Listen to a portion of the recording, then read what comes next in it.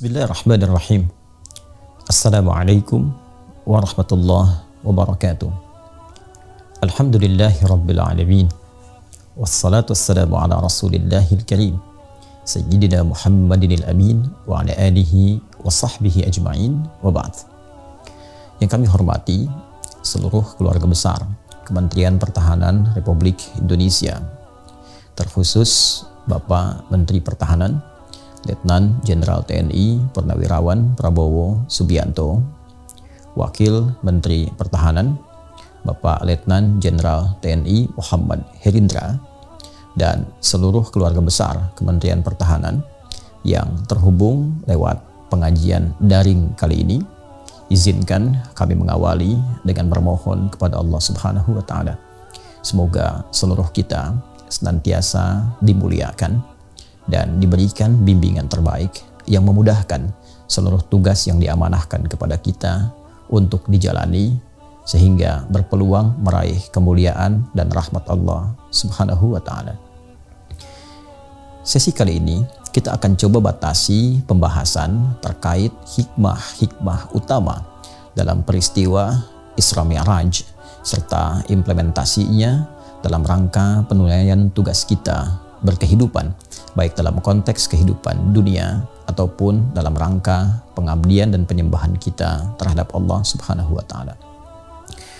Peristiwa Isra Mi'raj yang umumnya diperingati oleh umat Islam di bulan Rajab, itu bulan ke-7 dalam setiap penanggalan tahun Hijriah, memberikan 3 kesan dan pesan penting, baik itu yang terkait dengan peristiwa pra Isra Mi'raj, saat terjadi Isra Mi'raj yang melahirkan perintah salat, pun demikian pasca Isra Mi'raj yang memberikan kesan implementasi dari seluruh hikmah yang terkait dengan ibadah salat yang dimaksudkan. Pada bahasan yang pertama, ada satu peristiwa yang nampaknya penting untuk kita garis bawahi dan pelajari, karena peristiwa inilah yang kemudian mengantarkan pada undangan Allah Subhanahu wa Ta'ala kepada Rasulullah Nabi Muhammad SAW yang langsung menghadap Allah di tingkat langit tertinggi, yang kelak peristiwanya dikenal dengan Isra dan Mi'raj itu. Perjalanan dari Masjid Al-Haram, transit di Masjid Al-Aqsa, lantas naik ke Sidratul Muntaha, puncak tertinggi dari kuasa Allah Subhanahu wa Ta'ala, dan kembali ke Masjid Al-Haram dalam waktu yang sangat singkat itu.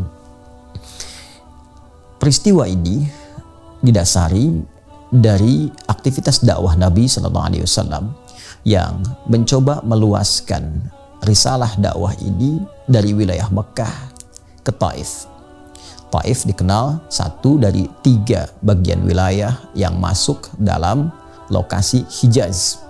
Hijaz mencakup wilayah Mekah, Madinah, dan Taif tempo dulu.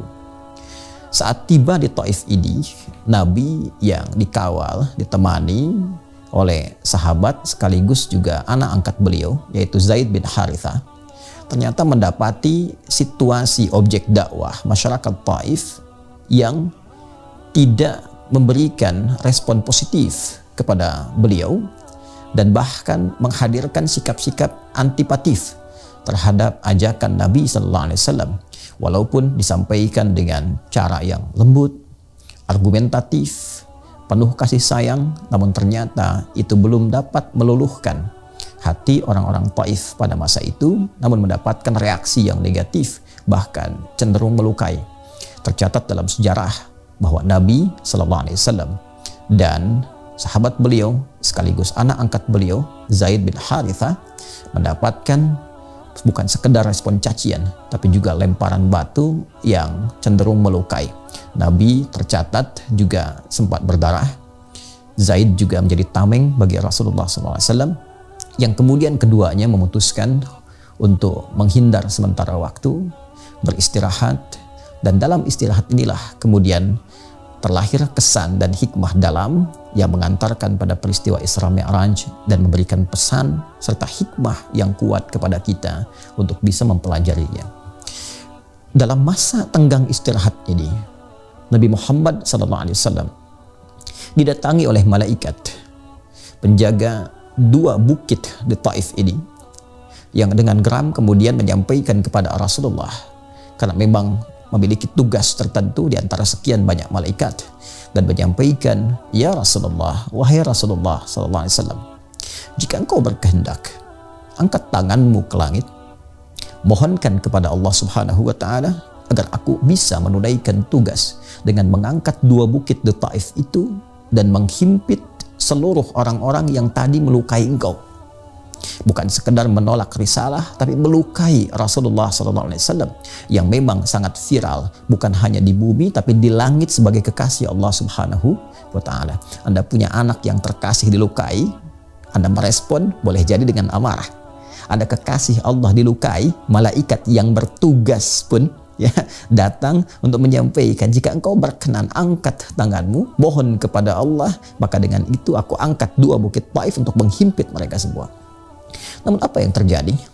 Demikian Nabi yang disebut dalam Al-Quran sebagai Nabi pembawa rahmat itu. Wa ma arsalnaka illa rahmatan lil alamin. Tidaklah aku utus engkau Muhammad kecuali membawa rahmat, kasih terdalam bagi semesta itu.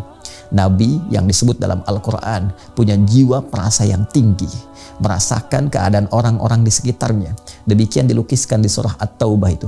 Laqad ja'akum rasulun min anfusikum azizun 'alaihi ma 'anittum harisun 'alaikum bil mu'minina rauf rahim. Telah tiba di kalangan kalian seorang rasul yang begitu merasakan beban, bahkan beban hidup yang kalian alami, begitu dirasakan oleh beliau. Peduli kepada kalian, dan khususnya pada insan beriman, perhatian dan sayangnya begitu tinggi.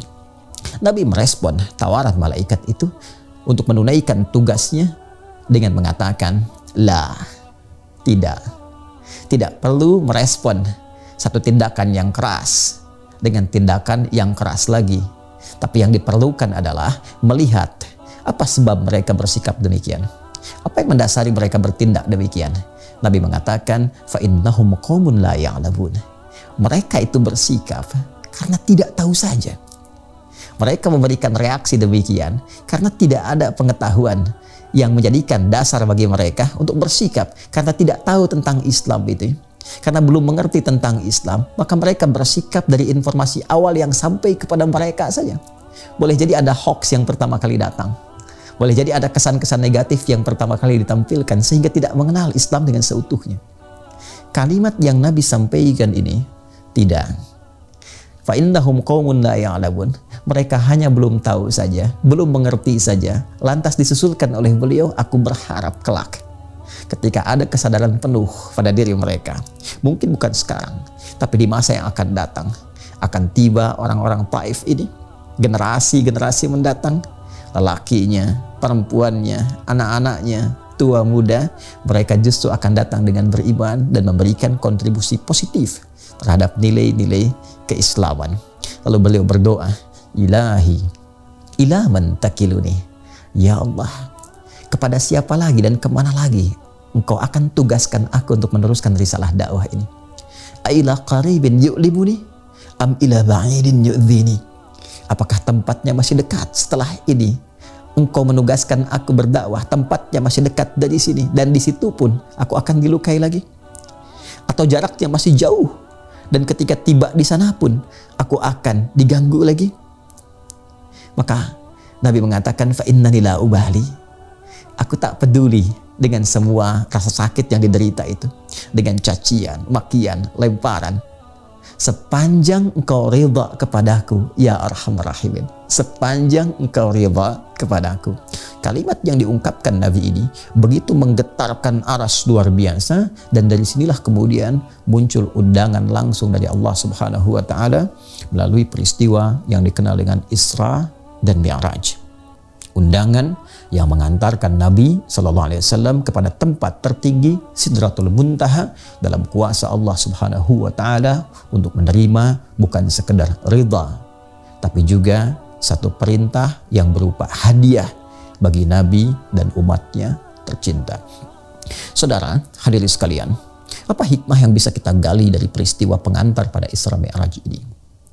Para ulama memberikan kesan kepada kita bahwa Yang pertama, terkadang yang mengantarkan kita pada rahmat, ridha, pertolongan, bahkan hadiah yang Allah berikan kepada kita, boleh jadi itu pembukanya adalah musibah tertentu. Boleh jadi kesan-kesan negatif yang kita terima dari niat baik yang akan kita lakukan, dari rencana-rencana positif yang mungkin kita siapkan. Boleh jadi respon yang kita terima dari semua niat baik itu ada yang kurang menyenangkan. Kemhan punya planning untuk menyiapkan perangkat-perangkat terbaik dalam menjaga kedaulatan negara, dalam menjaga ketahanan negara. Boleh jadi tidak semua masyarakat mengerti tentang rencana-rencana baik itu. Boleh jadi tidak semua pihak bisa paham akan lompatan-lompatan pemikiran yang telah disiapkan itu. Ketika lompatan pemikiran terjadi, mungkin disiapkan untuk 10, 20, 30 tahun ke depan, sedangkan daya jangkau pemikiran sebagian masyarakat mungkin masih 5 tahun ke depan. Ada yang baru 3 tahun ke depan, ada yang bahkan 1 tahun pun dia nggak sampai pikirannya. Karena itulah peristiwa Pra Isra Mi'raj mengajarkan kepada kita, jika kita memiliki rencana-rencana positif, niat-niat baik, namun mendapatkan respon yang barangkali itu tidak ideal, ya, kita kurang menyenanginya, jangan langsung disimpulkan dengan membalas reaksi yang negatif. Boleh jadi itu cara Allah untuk menguji keseriusan kita, ketangguhan kita dalam mengimplementasikan dan meneruskan ide-ide kreatif dan positif itu. Dan boleh jadi pada waktu tertentu ketika disadari kepentingan apa yang telah disiapkan sekarang ini, itulah yang menjadikan akan muncul generasi kemudian. Orang-orang yang menyadari betapa pentingnya apa yang disiapkan saat ini, betapa mahalnya dan berharganya apa yang disiapkan saat ini untuk kedaulatan bangsa, untuk ketahanan negara, untuk kebaikan masyarakat. Demikianlah Nabi memberikan isyarat doa di awal peristiwa Isra Mi'raj itu, bahwa fa'innahum qaumun la ya'lamun. Ini yang komen, walaupun menyampaikan dislike-nya, ya sekarang musimnya komen, like, dislike, share. Ya, kalau yang like, komennya positif. Nah, ini ada yang dislike. Bukan sekedar komen, kadang reaksinya negatif. Lihat mereka. Apakah karena ketidaktahuan?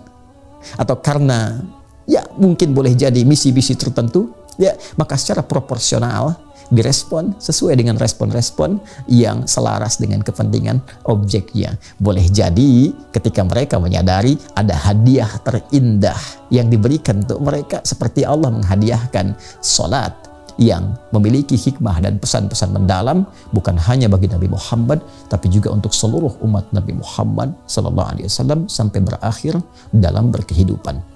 Ini peristiwa pertama. Orang yang mampu merespon setiap reaksi yang muncul dari niat baik dan rencana positif yang dihadirkan, maka orang-orang ini cenderung akan mendapatkan penghargaan dari Allah, terangkat statusnya di langit sekalipun umat di bumi belum mampu membacanya dengan baik. Dan dengan itu Allah akan berikan jalan-jalan terbaik yang melampaui fikiran-fikiran orang-orang di masanya. Turunlah Quran surah ke-17 Al-Isra di ayat yang pertama itu. Allah berfirman, A'udzubillahi minasyaitonirrajim. Subhanalladzi asra bi'abdihi lailam minal masjidil haram ilal masjidil aqsa alladzi barakna haulahu linuriyahu min ayatina innahu huwas sami'ul basir. Maha suci Allah. Bila ada dalam Al-Quran ayat dibuka dengan kata subhan, maka informasi yang disampaikan di ayat ini ingin diberikan kesan petunjuk bahwa ini tidak biasa. Informasinya istimewa, dahsyat, yang bagi kalangan orang biasa yang belum sampai memaknai, sampai logikanya untuk mencerna, boleh jadi akan menilai bahwa ini mustahil, bahwa ini tidak mungkin.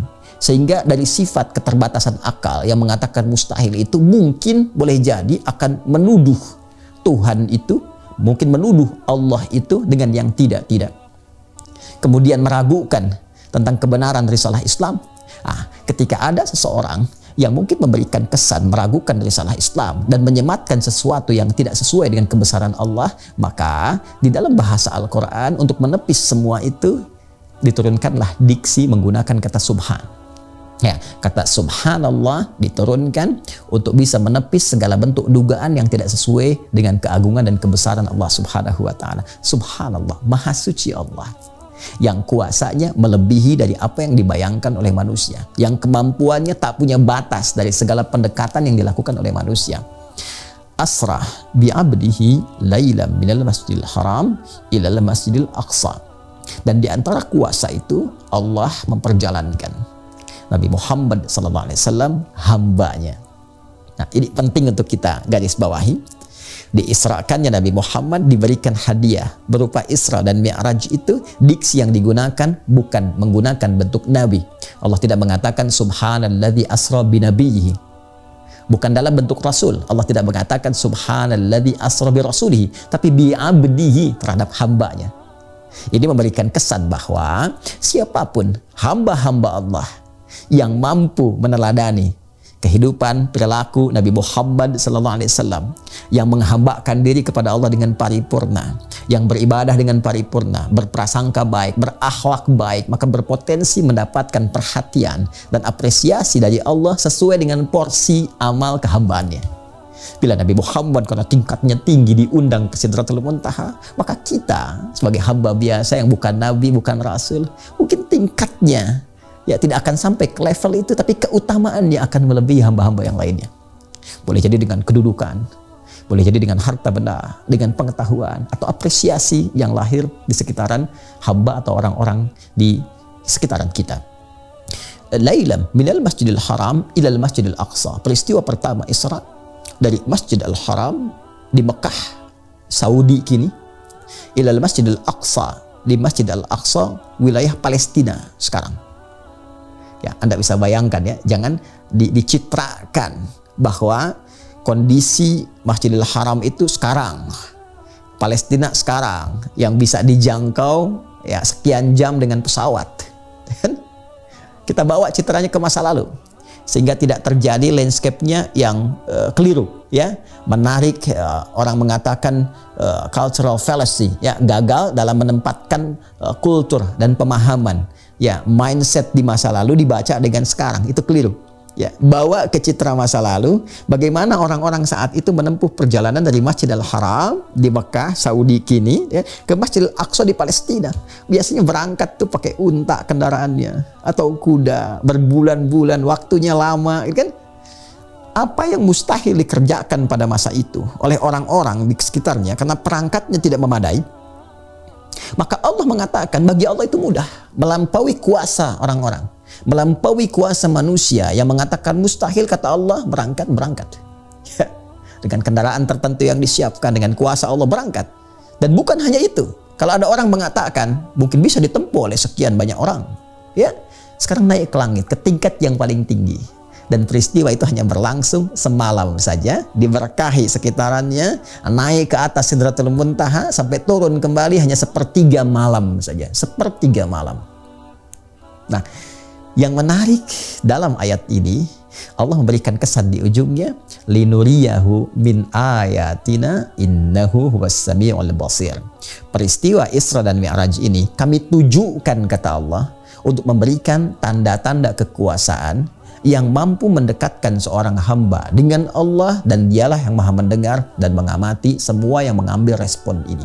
Jadi ternyata tujuan Isra dan Mi'raj ketika terjadi, tujuan utamanya Allah ingin memberikan pesan yang kuat, yang dengan pesan itu dapat menjadikan setiap hamba semakin mendekat kepada Allah Subhanahu wa taala. Sejatinya ada beragam hikmah dan pesan mendalam di balik peristiwa Isra dan Mi'raj ini. Selain menunjukkan kekuatan mukjizat, stimulus kepada penguatan riset, peningkatan pengetahuan, teknologi, lebih di atas semua itu, Isra Mi'raj juga memberikan sebuah hikmah terdalam melalui satu perintah ritual, satu penunaian ibadah yang kita kenal hingga kini dengan ibadah sholat itu. Jadi salat bukan sekedar ibadah yang ditunaikan hasil dari hadiah yang Allah berikan kepada Rasulullah lewat peristiwa Isra dan Mi'raj itu, namun lebih dari apa yang diuraikan, salat juga memberikan sebuah pesan-pesan yang kuat yang mengoneksikan diri setiap hamba dengan Allah Subhanahu wa taala, yang dengan itu dia selalu berada dalam keadaan yang terpelihara, dekat dengan Allah, terlindungi, dan juga tertunjukkan pada setiap capaian-capaian kebaikan yang mungkin diraih. Secara bahasa, salat itu seakar dari kata wasala, yasilu usulan, silatan wasalatan. Berarti sesuatu yang tersambung, sesuatu yang sampai, sesuatu yang terhubung dengan kuat. Dalam bahasa Arab, doa juga dinamakan dengan salat. Karena saat kita berdoa, terhubung kita dengan Allah Subhanahu wa taala secara kuat sampai hajat kita kepada Allah Subhanahu wa taala apa yang ingin diutarakan. Karena itu ada sementara ahli fikih yang menamai salat secara bahasa dimaknai dengan doa. Karena semua apa yang diungkapkan dalam salat berupa doa yang diharapkan sampai kepada Allah Subhanahu wa taala dengan kuat. Dari kata wasala ada juga kata silah yang berarti hubungan yang kuat dan erat, yang sulit terputuskan walaupun berbeda ruang dan waktu. Anda, saya, kita mengenal silaturahim, ya hubungan kasih yang dalam, yang sulit dipisahkan sekalipun telah berpisah ruang dan waktu. Sekarang kita berjumpa walaupun medianya daring, Zoom, ya, atau Anda berjumpa dalam pertemuan offline. Ya, setelah itu Anda bisa berbincang, tertawa, tersambung, memberikan perhatian, yang dengan itu sekalipun berpisah tempatnya, pulang ke kediaman masing-masing, tapi masih ingat, terkoneksikan, dan memberikan perhatian dengan kiriman doa, kasih sayang, sapaan, itu silah namanya.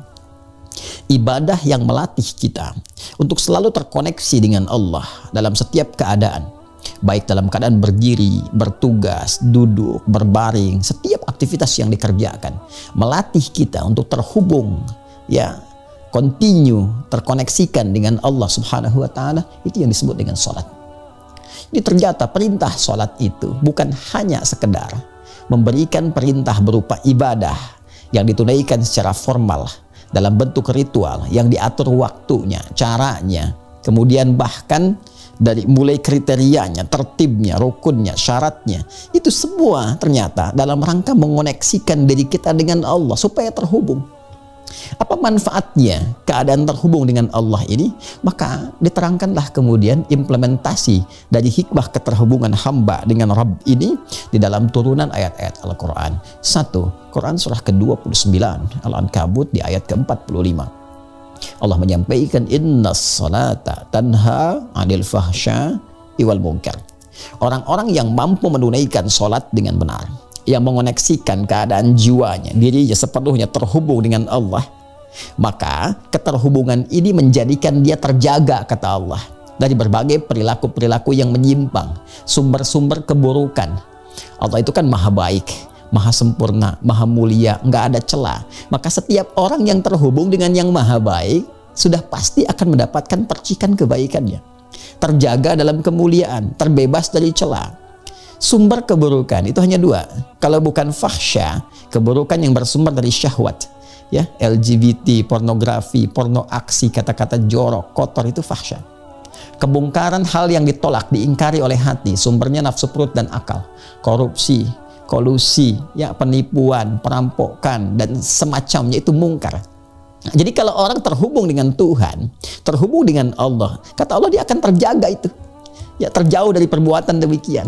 Maka insan Kemenhan, keluarga besar Kemhan itu, kalau sholatnya benar, muslim dia, beriman dia, menjaga sholat dengan baik, kata Allah, itu pasti akan dijaga dari perbuatan yang menyimpang. Jadi spirit sholat ketika diterapkan dalam kehidupan, dimanapun Anda bertugas, orang yang sholat itu, apalagi insan beriman, maka sholatnya mesti menjadikan dia sebagai pribadi yang berkualitas, pribadi yang mulia. Pribadi yang sholat, disiplin, tepat waktu, punya kualitas unggul, terjaga dari perbuatan yang tidak baik. Dan puncaknya ketika itu mampu dilakukan, Kata Allah, dia berpeluang untuk mendapatkan capaian-capaian kebahagiaan dan kesuksesan. Dalam bahasa Arab, sukses dan bahagia bila disatukan itu bernama falah. Falah namanya. Sukses saja, fauz, bahagia saja, farah. Ketika disatukan fariha, farah dan fauz menjadi falah namanya. Bahagia dan sukses. Success and happiness. Karena itulah panggilan sholat diperdengarkan kepada kita 5 kali dalam sehari. Hayya 'alas shalah, hayya 'alal falah. Ayo sholat, ayo gapai kesuksesan, ayo gapai kebahagiaan. Nah, sudahkah sholat yang kita lakukan sampai detik ini mengantarkan kita pada kesuksesan dan kebahagiaan? Karena sejatinya orang sholat dimanapun dia berdinas, dimanapun dia beraktivitas, maka dia akan dekat dengan kebahagiaan, dekat dengan kesuksesan, karena dia sejatinya tersambung kepada yang maha membahagiakan dan mengantar pada segala jenis kesuksesan dalam berkehidupan. Perbaiki sholat kita, pelajari dengan khusyuk, pahami apa yang dibaca, pahami apa yang dilakukan, pemahaman terhadap apa yang dikerjakan dan dilakukan itu yang mengantarkan kita pada kehusyuan, mengoneksikan kita dengan Allah secara erat, dan dengan demikian nilai-nilai yang dimaksudkan dari sholat tadi yang menguatkan kepribadian, meluaskan wawasan, meluaskan literasi, menguatkan intelektual, menghadirkan ketahanan yang kuat, itu yang menjadikan diri kita mudah mendapati kesuksesan dan kebahagiaan.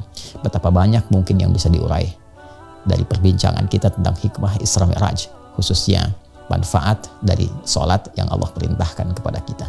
Lebih dari itu, banyak hal yang bisa kita akses, kita kaji, namun sedikit yang diuraikan di pertemuan ini boleh jadi memiliki dampak luas jika kita serius dalam menyikapi dan mengamalkannya. Karena keterbatasan waktu yang ada, kiranya dicukupkan apa yang disampaikan. Semoga bermanfaat dan semoga Allah melindungi negeri kita, bangsa kita, menyatukan dalam kebaikan, menjauhkan dari perpecahan, dan menjadikan Kemhan di antara satu kementerian, institusi yang bisa menjaga kedaulatan bangsa negara yang kita cintai ini. Allahumma taqabbal minna innaka antas sami'ul alim wa tub 'alaina innaka antat tawwabur rahim. Allahumma rabbana atina fid dunya hasanah wa fil akhirati hasanah wa qina adzabannar. Rabbi ij'alna ya Allah. Allahumma rabbana ij'alna muqimis salah wa min dhurriyyatina wa taqabbal du'a innaka antas sami'ud du'a. Wa sallallahu ala sayyidina Muhammad wa ala alihi wa sahbihi ajma'in.